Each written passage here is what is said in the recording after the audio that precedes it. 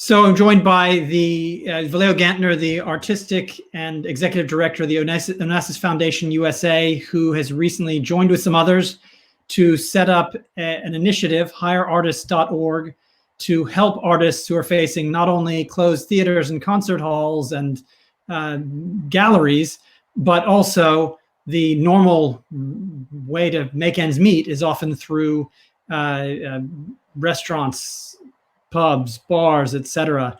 How does it feel? You're in New York. How is it feeling in the artistic community, and what's the outlook? Look, the situation is really, frankly, it's really dire here. In a matter of a couple of weeks, and this isn't just New York, this is worldwide.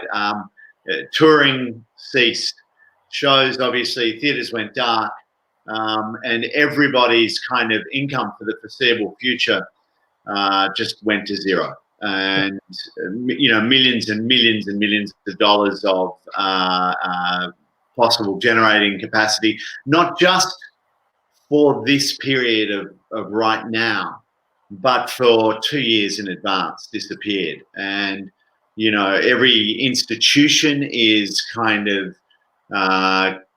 curled into a defensive crouch around what kind of work they'll be doing, when they can reopen, and so on. The whole community is in a very difficult position. No one really knows where it's going to end up or how long it's going to take to get back to normal. Because I think it's going to be, it's one thing to sit in a bar and a restaurant at an appropriate distance in a month, 3 months, 6 months. It's going to be a longer time until we're willing to go to a concert, sit in a theatre, or be at a gallery opening full of people for no one knows how long that's going to be and how long it's going to be until we feel comfortable doing that. The processes of developing shows, which are not made by oneself in a studio, but in a rehearsal room, in intimate contact, in close dialogue, in physical proximity, those processes have also all stopped. The work that was going to happen now has been pushed back a year or 2 years. And the work Talk about the process a little bit, because many people, including myself, are not familiar with that. How long it takes to put together a show, and how that works, and the impact that coronavirus has on that. I mean, like you're saying, a lot of these are. Well, so hypothetically, let's say that the theatres magically reopen in September, and everything, that we're all comfortable sitting in a room full of people. All of the work, the new work that was being made for that moment in September, that would all have been being built in the studio, in a rehearsal room. That was being made now, and that was being made over the next 3 months. And that process has had to stop.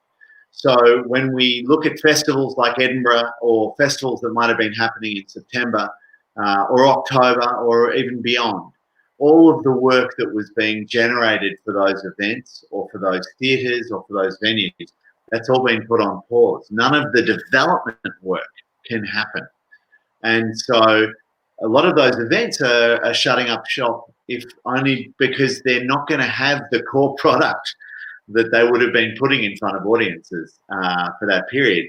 And, it is 8-10 hours a day in a studio. If you're making a dance work, a choreography with multiple people, physical proximity isn't something that is optional.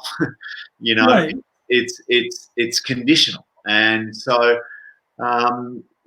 it's a crisis that affects not only the income that would have been generated now as you toured your show around or opened it or continued performing it if you were already open.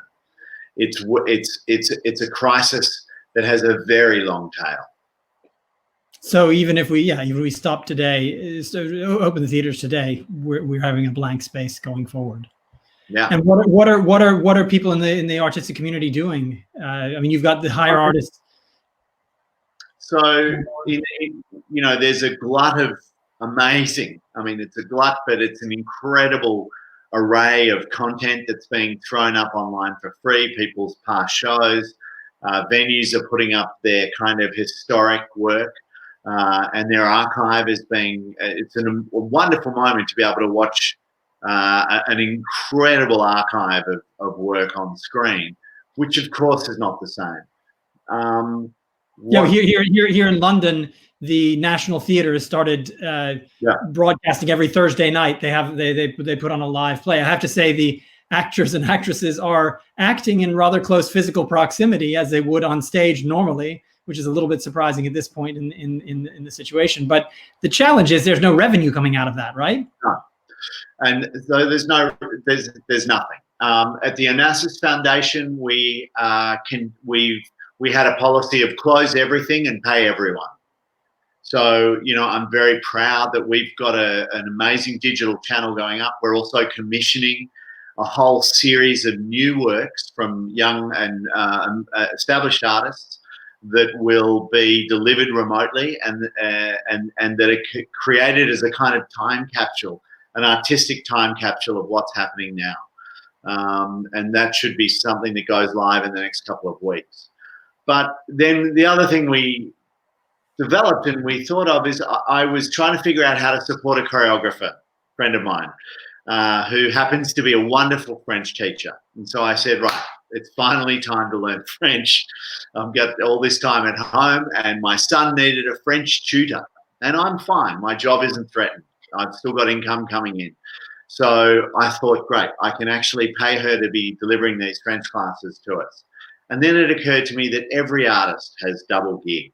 Every artist has skills and other possibilities, other ideas that they can offer, whether it's foraging, cooking lessons, Mandarin, French, Italian, video editing, accounting, work that can be done remotely or work that can be delivered through screen-based interaction.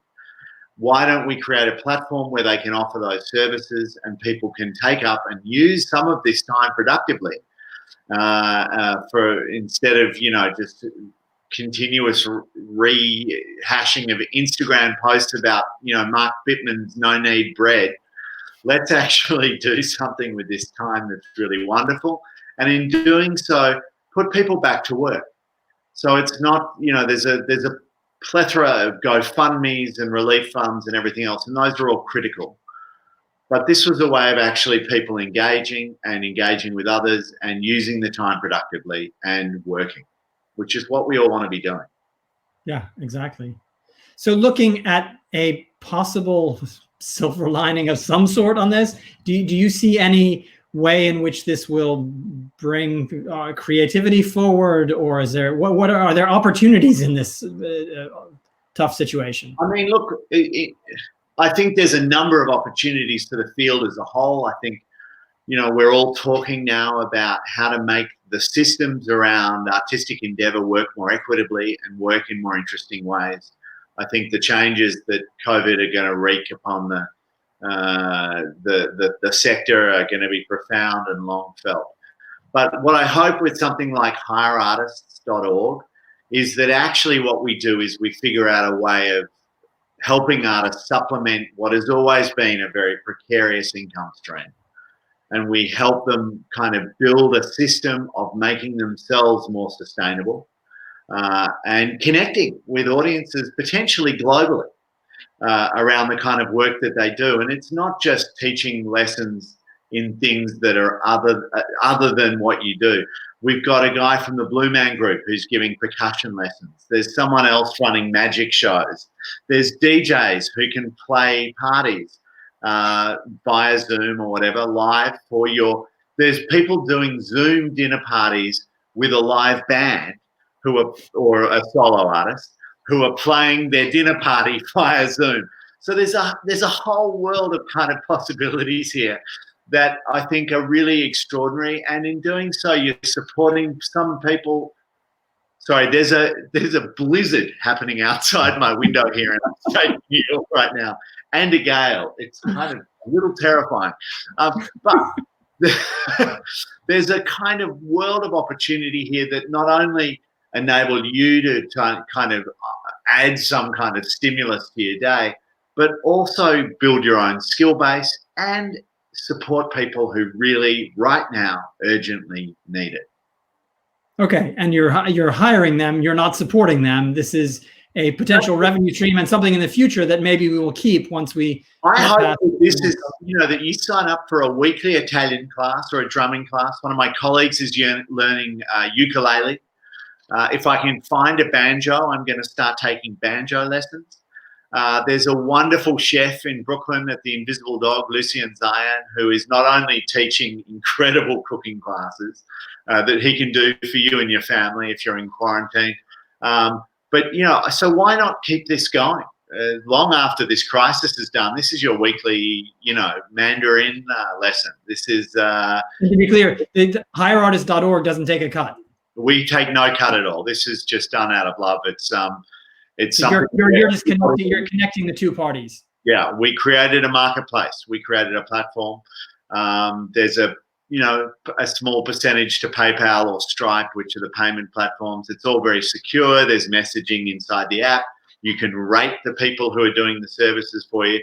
And it's not just screen-based class, it's remote services. So there are people who are artists, but also accountants or personal assistants or video editors. There are people who will record a personalized song for you or write poetry for you. There's, so there's we need poetry now. There's an urgent need of good poetry. I'm sure that pretty soon there'll be people who can help you cheat on your SATs. I need someone to curate next season. The one thing we're not doing is selling objects. We don't want to get in the business of we're not creating, it's not eBay. And I think it's, the things that we're seeing people doing are actually the things that are most creative and most interesting and most idiosyncratic. And they're the ones that are exciting. Right. Okay. All right. Excellent. Thank you very much, Vallejo. One last time, hireartists.org. Yep. And on Twitter at Hire the Artists and on Instagram at Hire Artists. Great. Excellent. Thank you so much, Vallejo, and good luck with this supporting artists. Thank you so much, Tom. See you soon.